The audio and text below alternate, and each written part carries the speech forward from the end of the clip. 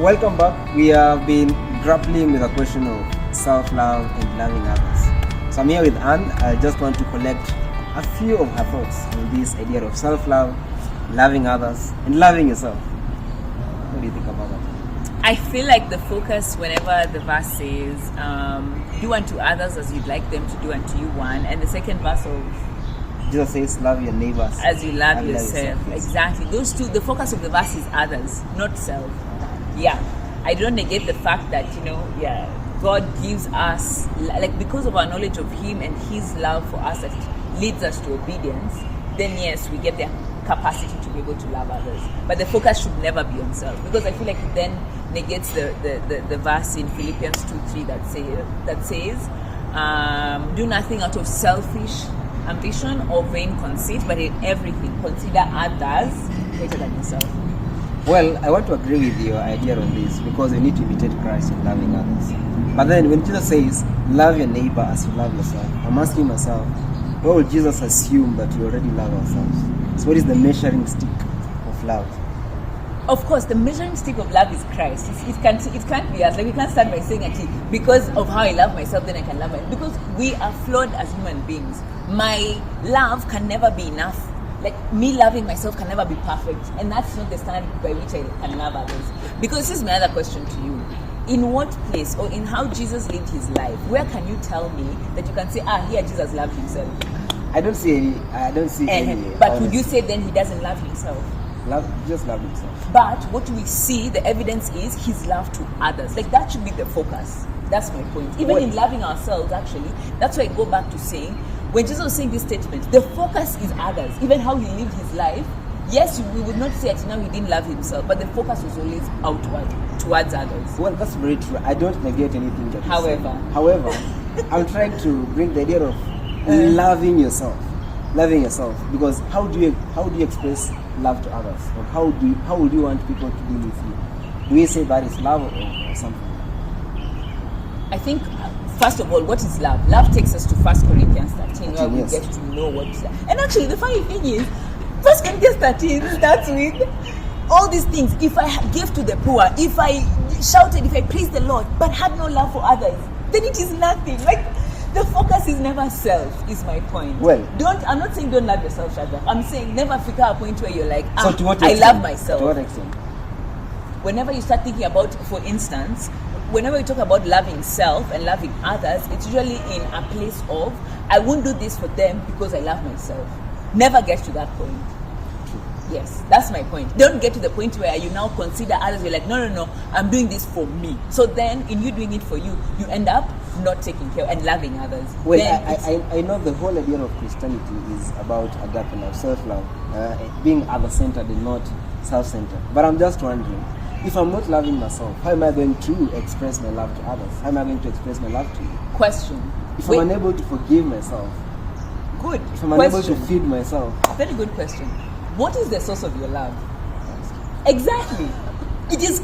This is the thing. You see, if we start saying, if I can't do it for myself, how can I do it for others? You're taking yourself as the source, in my opinion. Like, you're considering yourself as the source of this love. Such that if I can't love myself enough, then I can't love others. But Christ is the source of our love. Christ is the source of even us being able to forgive others. It's not because we have the ability to forgive. We don't. Because you're forgiven. Yes, and it's also looking at reliance on the Holy Spirit to even help us love others, to even help us forgive others, to even help us lay down our lives for others. Because that's the standard that Christ has set in terms of loving others. Well, as we come to an end, would you say you love yourself? Now, I want to say yes. But then whenever that then becomes the primary focus and it inhibits me from loving others, then I step outside the word. How do you know that you love yourself? Going back to love is patient, love is kind, it does not envy, it does not boast, it is not self-seeking, it keeps no record of wrong.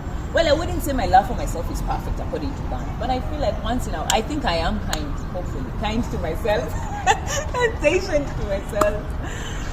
Yeah, because there are very basic things how we show love to ourselves. When I'm able to feed myself, when I'm able to clothe myself, when I'm able to... Good example. So, if you had food for one person, actually this will take long, but if you had food for one person, and I come and I'm hungry, and you're also hungry, What would that look like in that situation? It depends on the amount of food, but I'll share. I'll share. So, will you be considering me greater than yourself, or would you be considering you and me on an equal place? Well, first of all, we are No, just tell me. No. Speaking as Shadrach, I'll honestly give out the food because I know myself. I'll probably share. But You'll share. Yes, Uh-huh. I'll share. But if another person would be the person that we asked this question, I don't know how they would have responded to it. But I'm not saying that we should. Well, I know it should be other-centered. But however, this idea of self-love, I just don't know how much you need to love yourself. You see, this is my point. It's like Jesus says, "Give and it shall come back to you, full measure, pressed down, shaken together, running over." He doesn't say, and then he says, if someone, like, to your enemies, do the best of the best. I feel like the standard he set for us is so high, we can never attain it on our own. But it doesn't mean it's unattainable.